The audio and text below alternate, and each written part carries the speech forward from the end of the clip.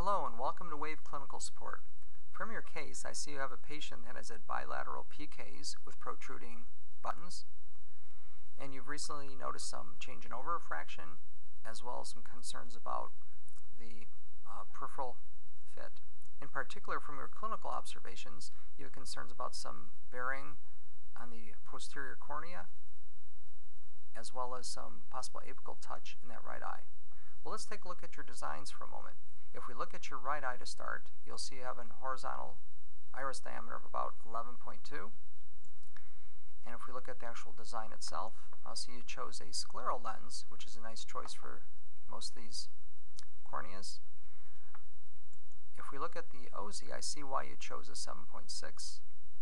One thing we may want to keep in mind, since we're going to try to go for a limbal-to-limbal fit, this may not be quite as important to us.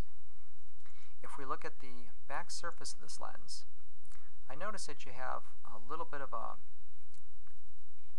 dip right here, right around 8.9 millimeters, right around 9 millimeters or so. I suspect that might be where you're getting a little of that peripheral bearing in this lens, as well as that might be why you might have some interaction with that graft, maybe somewhere in this area that might be a little bit bumping into that. And then you finally come in for landing somewhere around 11.6. So I'd like to somehow see if we can smooth this out and get all this out here a little further. And keep in mind that we're going to go limbus to limbus. We can probably move this OZ out a little further.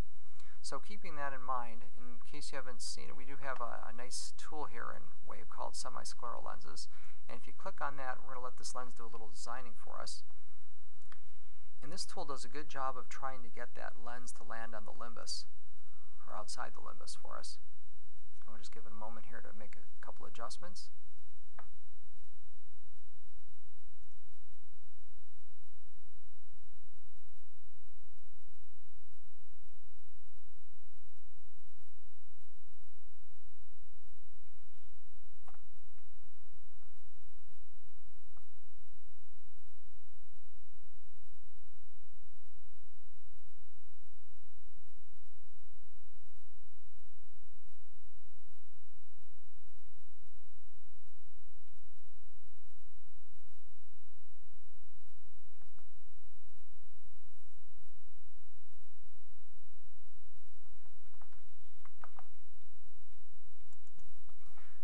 Very good. You'll now see that you have a lens that has moved this optical zone quite a bit further out. And if you go all the way around, you have a lens that has some nice central clearance. You're at about 200,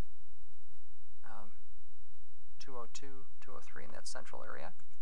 But now if we look at that back surface, you'll see we've smoothed that area out. And if we notice that we have a nice smooth contour and we come in for landing here at about 11.3, 11.4. So I think this design is a very nice chance of clearing that, vaulting that cornea all the way across. You should be able to clear that apex successfully, and hopefully you won't have any more interaction in that lower cornea.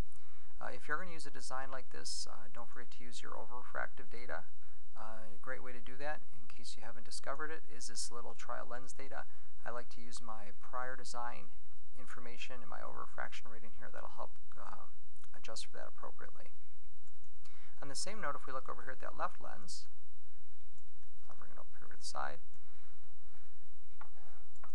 Once again, we have a similar situation with that lens coming down and touching kind of in this area. In fact, there's a little more area of touch in this lens, and that might be why you've noticed that more in that left eye.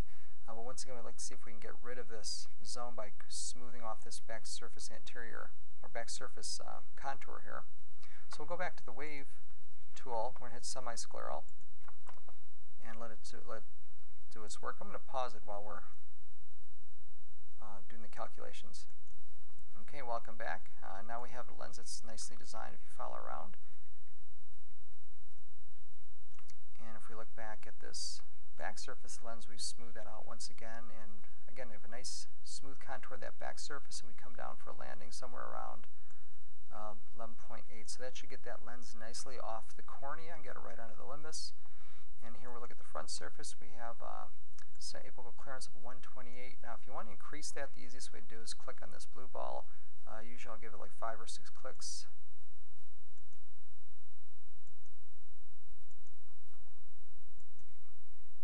And that gets you up around the 150 range or so. And you can use your own clinical judgment based on what you've been working with that patient. patient.